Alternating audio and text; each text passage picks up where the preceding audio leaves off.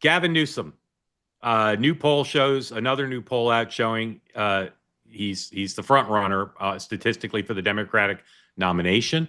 Growth in that poll as in others. Here's a headline from The Hill 109. Our friend Amy Parnes writes, Newsom is becoming an obsession for Democrats beyond California. Reports that his name keeps coming up at fundraisers and with activists, and really is the talk of the process right now. And a reminder where the potential next president of the United States gets most of his news. This is 108, please.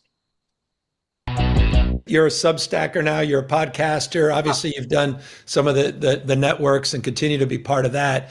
But what I'm enjoying and where I'm seeing Sean Spicer, my guest here on the Gavin Newsom Show, every morning is on Two Way with Mark Halperin. And you're there battling out, but you're doing it in a civil way that, dare I say, provides almost a civic contribution because of your own unique experiences. Obviously, Mark, Dan, your co-hosts. So presumably if he wins, he'll be on every morning. It'll become like a little voice, whatever. Sean, is he still on a ride or is the momentum abated? No, I mean, look, I never want to pretend to speak for the other party, but if I were a Democrat, I think a guy like this is showing that he can be anywhere, do anything.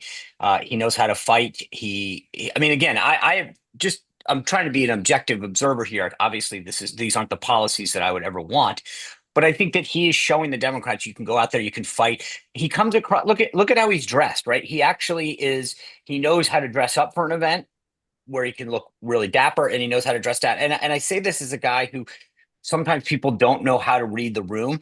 Gavin Newsom knows how to read a room. He is, I think, going places no one will go. He's showing Democrats you can take the fight to people. This is what Trump did. Trump went to podcasts and places that Republicans had traditionally not gone to, brought in new constituencies. Look, if on our side, he is the one that I would worry about the most. Now, I think we have plenty of issues to go after him on, policy fights to have with him. But if I were a Democrat, this is the guy that I would say he can take this fight to the next generation of Republicans. Dan, amongst the interesting things Sean just said is Republicans he suggested, are starting to worry most about Newsom. And I have to tell you, I've experienced the same thing. And that's a big turnaround because 3 months ago, if I asked any Republican, what about Gavin Newsom? Could he beat Vance? Would he be a strong candidate? They all said, oh, my God, bring him on. We'll run against the California record all day long. If Newsom is considered the most electable Republican, a Democrat, and let's be honest, not everybody in the party wants to nominate a woman or a gay person. That's just a reality. Yep.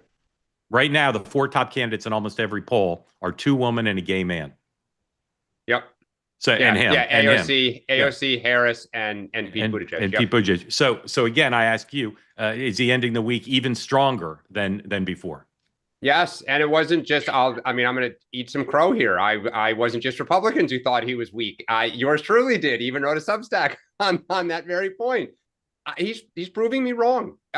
Sean said something really key. He is everywhere now.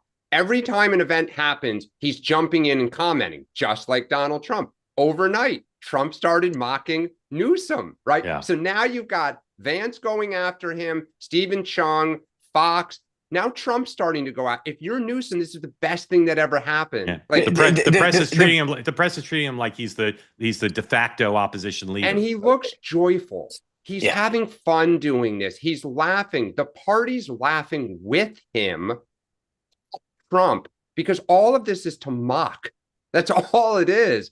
So Newsom's stronger. Yeah. All right. Quickly, we got to get one last thing on Newsom that I'll just say. Look, because he came up in the California, San Francisco pipeline, he has a lot of bona fides on the left, right? So he can go play a lot farther into the middle and the right than a lot of other people can, because he's kind of got that box check that, hey, I got the left covered. And I think that gives him a lot of room to move. Sean, one slight disagreement. The Great base point. has never trusted him because they think he changes his positions. This has got the base in his corner because he's actually picking up some success. Yeah. And so they're looking past their worries. And it allows him to go left, right, situationally, knowing he's got room. Again, we're not saying he's going to be the nominee, but we're telling you something that's important, I believe.